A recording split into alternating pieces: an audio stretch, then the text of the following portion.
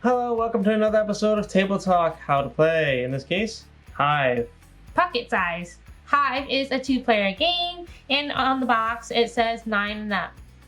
Yes, it's a pretty quick game. I will say that there are a couple variations of this game. There's a standard Hive, which is a little bit bigger. It comes in a box and does not come with this little pouch. The pieces are about yay big. I know. What's yay? I don't know. We think it's about maybe a $half size, but we're not really sure. Ours is about a quarter size. Yes. There's also Hive Carbon, which is a monochrome copy. Basically, black with white and then white with black. Okay. So, the basic concept of this game is that you're trying to surround your opponent's queen with your and your opponent's pieces. And then once you accomplish this, you win. On your turn, you will be either laying a tile down to the player board or moving a piece. But you can't move a piece until the queen is down, and you have to put your queen down from your first to fourth turn. So if you don't put your queen down before then, you have to put it on your fourth turn. Anyway, with that, we will describe essentially how each of the insects work. Let's go ahead and... Okay, so I'll go over the ant. Well, the ant can walk around the edge of the board, and it can walk as many steps as you want and stop where you want it to. So the ant is a pretty powerful insect. Very useful. I like the ant. Next is the grasshopper.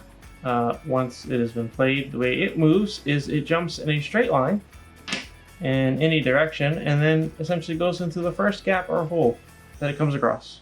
Mm-hmm.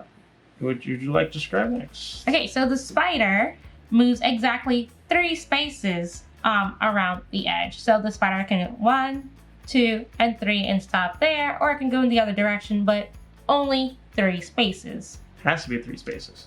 Exactly 3. Next I'll describe is the beetle. Beetle works is it can only move 1 space in any direction, but it has the ability to jump on top of things like that. So that would be a move, and then on my next turn maybe I'll move it again and put it here. By putting it here, it then covers up that particular piece so it can't move, and also turns essentially that piece temporarily mine. Yeah, you don't do anything with it though. No. Yeah, it just keeps me from using that piece. Mm-hmm. Okay. What's the next insect? Oh, the queen bee. The queen bee moves exactly 1 space in any direction, but only 1 space. One rule that we need to mention with movement is you cannot break up the tiles. So yeah. in this case, this ant can't move because it would break off.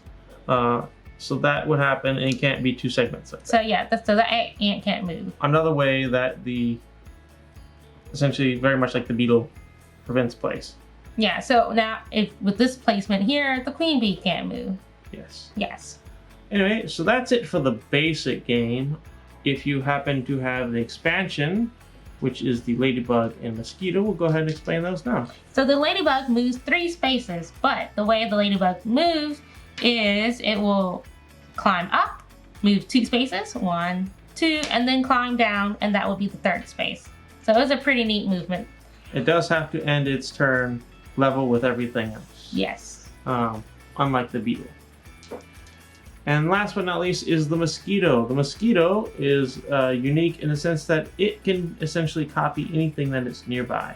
So if the mosquito is here, it can copy the movement of the spider or the bee. Once it moves away, then it will then essentially change. In this case, if it moved over here, then it would copy the ladybug. If the mosquito is next to a mosquito and only a mosquito, then it cannot move. So if it was like this piece can't move because there's really no other movement to copy. Right. Also, if the mosquito is next to a beetle, or like in this case, it would copy a beetle because it's next to a beetle.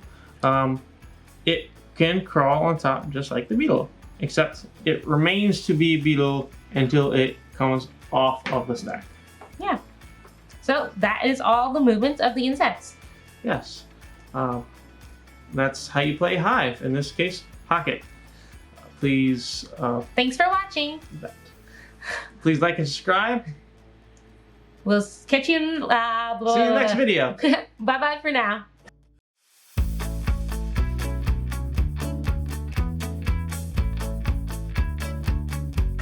Gosh, you pick the stories. I don't know what your lines are.